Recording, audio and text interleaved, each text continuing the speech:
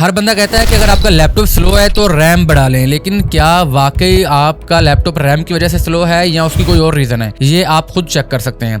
और ये चेक करना बहुत ज़रूरी है, क्योंकि अगर आपका लैपटॉप रैम की वजह से स्लो नहीं है तो आपके रैम पे लगाए गए पैसे भी ज़ाया जाएंगे और आपका लैपटॉप भी स्लो रहेगा। तो इस चीज़ को जानने के लिए बड़ा आसान सा तरीकाकार है। तो आपने control shift plus ESC press करना है। तो यहाँ पर आप टास्क मैनेजर में आ जाएंगे। टास्क मैनेजर में प्रोसेसेस का ऊपर पहली टैब शो हो रही है। यहाँ पर आपने दूसरा नंबर पर देखना है मेमोरी की टैब। जैसे यहाँ पर जो मेमोरी की टैब शो हो रही है, इसके ऊपर एक परसेंटेज शो हो रही है। आपने यहाँ पर देखना है कि अगर आप बैकएंड पे 2-4 आपने ब्राउजर ओपन किए हुए को काम कर रहे हैं, तो उसके साथ आपकी मेमोरी की जो स्लॉट है वो कितनी यूज हो रही है। अगर तो ये 80% अबव है, यानी कि 80, 90, 100 को टच कर रही है, इसका मतलब है कि रैम ज्यादा यूज हो रही है, इसके ऊपर लोड आ रहा है। और अगर ये कम यूज हो रही है, यानी कि अगर इसमें 30-40% सिर्फ रैम यूज हो रही है लेकिन आपका लैपटॉप फिर भी स्लो हो रहा है, इसका मतलब है कि रैम का प्रॉब्लम नहीं है। लिहाजा आपको फौरी तौर पर रैम चेंज करने की जरूरत नहीं है। रैम आप उस वक्त चेंज करेंगे जब यहाँ मेमोरी के टैब में आपको ये 80% से ज्यादा की रेशियो दिखा रहा होगा। तो इस छोटे से तरीके से आप बगैर किसी टेक्नीशियन को दिखाए, बगैर किसी लैपटॉप रिपेयरिंग वाले को दिखाए, आपको पता चल जाएगा कि आपको लैपटॉप में रैम अपग्रेड करने की जरूरत है या नहीं। और अगर आप चाहते हैं कि आप अपने लैपटॉप के लिए एक बेहतर और अच्छी फ्रीक्वेंसी की रैम मुंतखब करें, तो उसके लिए टेक्नो एक्स लैपटॉप से रब्ता कर सकते हैं या फिर हमें सिद्दीक ट्रेड सेंटर गुलबर्ग 2 में विजिट भी कर सकते हैं।